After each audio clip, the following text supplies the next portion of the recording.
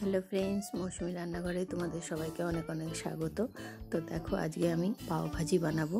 তো ভাজিটা আমি একটু অন্যরকম করার চেষ্টা করলাম, একটু আলাদা। তো এখানে আমি নিয়ে নিয়েছি, দেখো, টুকরো করা ছোটো ছোটো ফুলকপি, আলু, বিনস, আর এখানে নিয়ে নিয়েছি 3 রকমের ক্যাপসিকাম, লাল, হলুদ, সবুজ আর টমেটো। তো দেখো, এবার আমি সবজিগুলোকে একটু ভালো করে জল দিয়ে ধুয়ে নেব। তো একবার ধুয়ে নিয়েছি, আবারও আমি জল দিয়ে খুব ভালো করে, এই যে দেখতে পাচ্ছ তোমরা, আমি কিন্তু একটু ভিজিয়ে রেখেছি। এইবার দেখো, প্রেশার কুকারে আমি দিয়ে দিলাম ছোটো চামচের 1 চামচ একটু তেল, আর দিয়ে দিলাম অল্প একটুখানি এই 1/2 চামচ মতন জিরে, সাদা গোটা জিরে, আর দিয়ে দিয়েছি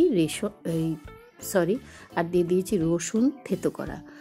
তো দিয়ে যেই দেখবে একটু ভাজা ভাজা হয়ে গেছে, তখনই এই কাঁচা সবজিগুলো এই প্রেশার কুকারের মধ্যে দিয়ে দেবে। কেন, আমি এটা শুধু সিদ্ধও করতে পারতাম, এইভাবে যদি তোমরা দাও তাহলে কিন্তু খুব সুন্দর একটা টেস্ট আসবে এই ভাজিতে।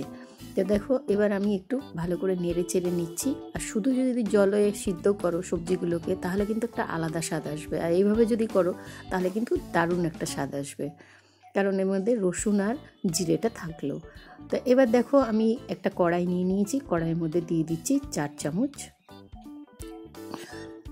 চামচ মতন সাদা তেল, আর দিয়ে দিলাম এখানে বড় চামচের 1 চামচ বাটার। দিয়ে এটাকে তেলের মধ্যে খুব ভালো করে মেল্ট করে নেব। যেই দেখব তেলের মধ্যে ভালো করে মিশে গেছে, তখন আমরা এই যে কাঁচা লঙ্কা কুচি করে রেখেছিলাম সেটাকে দিয়ে দেবো। দেওয়ার পরপরই আমি দিয়ে দেবো পেঁয়াজ কুচিটা। তো পেঁয়াজের যে একটা কাঁচা গন্ধ আছে, সেটা যতক্ষণ না যায় ততক্ষণ কিন্তু আমরা একটু ভালো করে ভেজে নেব। খুব ভালো করে লাল করে ভাজার দরকার নেই, যতক্ষণ গন্ধটা আছে ততক্ষণ আমরা একটু ভেজে নেব। যেই দেখবো একটা সুন্দর মিষ্টি গন্ধ বেরোচ্ছে, তখনই আমরা দিয়ে দেবো 1 চামচ মতন রসুন বাটা, বা তোমরা রসুন থেতো করেও দিতে পারো, কুচোও দিতে পারো। তো দেখো, এখানে ক্যাপসিকাম আর টমেটোর যে আমি কুচিটা রেখেছিলাম সেটা দিয়ে দিলাম। দিয়ে কিন্তু খুব ভালো করে পেঁয়াজের সাথে কিন্তু ভেজে নিতে হবে। তো দেখো, আমি একটু ভেজে নিচ্ছি। ভাজার পরে আমি দিয়ে দিচ্ছি এখানে 2 চামচ মতন সাদা নুন। নুনটা তোমরা স্বাদ অনুযায়ী দেবে, তোমরা কতটা বানাবে। আমার পরিমাণটা একটু বেশি, সেজন্য আমি 2 চামচ দিলাম। 1 চামচ দিয়ে দিলাম হলুদ, আর দিয়ে দিচ্ছি 1 চামচ, বড় চামচের 1 চামচ ধনে গুঁড়ো, আর বড় চামচের 1 চামচ দিয়ে দিচ্ছি জিরে গুঁড়ো, আর এখানে দিচ্ছি দেখো পনির মশলা বলে একটা পাওয়া যায়, সেটা দিয়ে দিচ্ছি। আর এখানে দেব আমি, দেখো, কাশ্মীরি লঙ্কার গুঁড়ো। তো কাশ্মীরি লঙ্কাটা তোমরা আর একটু যদি বেশি লাল করতে চাও তাহলে কিন্তু একটু পরিমাণে বেশি দেবে। আর এখানে দিয়ে দিলাম ম্যাগি মশলাটা দিলে কিন্তু দারুণ একটা টেস্ট আসে। ফ্রেন্ডস, তোমরা এইগুলো দেবে, দিয়ে এই ভাজিটাকে বানাবে, দারুণ লাগে কিন্তু খেতে। আর দিয়ে দিলাম একটু গোলমরিচ, কারণ লঙ্কাটা আমি অল্পই দিয়েছিলাম। এবার তোমরা যেমন ঝাল খাবে সেই অনুযায়ী দেবে। গোলমরিচ কিন্তু একটু দিলে স্বাদটা বেশ ভালোই হয়, খুব ভালো সুন্দর কিন্তু টেস্ট হয়। তো এটাকে দেখো, আমি খুব ভালো করে একটু ভেজে নেব। তোমরা দেখতেই পাচ্ছ যে একটু ভাজা ভাজা হয়েছে। তো আমি অল্প একটু জল দিয়ে দিলাম। এটা জল দিয়েই কিন্তু ভালো করে ভাজতে হবে। এই ভাজার ওপরেই কিন্তু এই জন্যই নাম পাও ভাজি।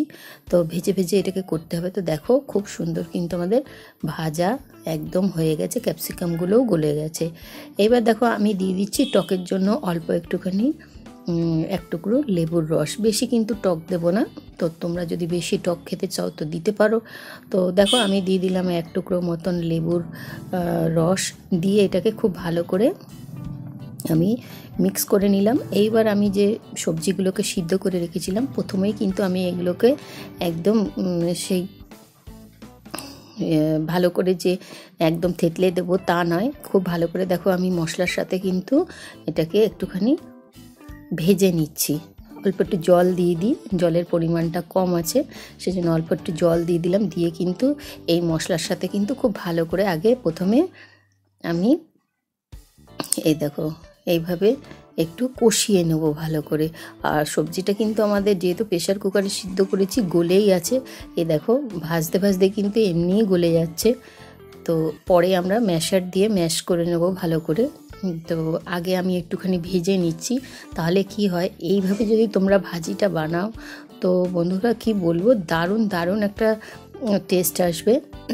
তখন তোমরা যদি এইভাবে রান্না করো তখন আমাকে কমেন্টে জানিয়ে যে কেমন লাগলো। তো দেখো এখানে আমি দিয়ে দিলাম ধনেপাতা, তো তোমরা কাসুরি মেথিও দিতে পারো। তো যখন ধনেপাতা রয়েছে তখন ধনেপাতাই দিলাম, আর দিয়ে দিয়েছিলাম আমি একটু গরম মশলা। তো দিয়ে খুব ভালো করে এটাকে আমি একদম শুকনো শুকনো করব। তো দেখো এবার আমি কিন্তু ম্যাশারটা দিয়ে ম্যাশ করে নিচ্ছি এই যে আলুগুলোকে। তোমরা চাইলে একটুখানি 2-4টে আলু এমনিও রাখতে পারো, মানে খুব বেশি একদম না ইয়ে করে। আবার দেখো এইভাবেও করতে পারো, ম্যাশ করে নিতে পারো, যত ম্যাশ করবে ততই কিন্তু টেস্ট আসবে। তো দেখো এখানে আমি পাও ভাজির এই পাওটা নিয়ে নিয়েছি, তোমরা যেরকম খুশি সেরকম নিতে পারো পাউরুটিটা। এই যে তোমাদেরকে দেখাচ্ছি, এই দেখো এই পাওটা আমি নিয়ে নিয়েছি। নিয়ে এবার এটাকে আমি একটু বাটার দিয়ে ভালো করে ভেজে নেব। তো এখানে দেখো ফ্রাইং প্যানে আমি দিয়ে দিয়েছি একটু বাটার, তোমরা চাইলে বাটারের সাথে একটু তেলও দিতে পারো, দিয়ে ভাজতে পারো। তো আমি বাটার দিয়ে দিলাম, দিয়ে এবার কিন্তু আমি এই পাওগুলোকে মানে পাউরুটিগুলোকে ভালো করে একটু যেমন আমরা ভাজি বাটারে সেরকমভাবে কিন্তু ভালো করে ভেজে নেব। আর বন্ধু তোমাদের যদি আমার রান্না ভালো লাগে তাহলে লাইক শেয়ার কমেন্ট করো, আর সাবস্ক্রাইব করার জন্য কিন্তু অনুরোধ থাকলো। তো দেখো আমি একটা প্লেটে পাও ভাজি দুটোই নিয়ে নিয়েছি। এবার ওপর থেকে দিয়ে দিলাম বাটার। বাটার তো যে যতটা খাবে পরিমাণে সেরকমই নেবে, তো আমি এইটুকুই দিলাম বাটারটা। তো চলো একটুখানি আমরা পাও দিয়ে ভাজিটা খেয়ে দেখি কেমন লাগছে। খুব সুন্দরই লাগবে। প্রথমে তোমাদেরকে আমি একটুখানি খাইয়ে দিই, এই যে তোমাদের জন্য।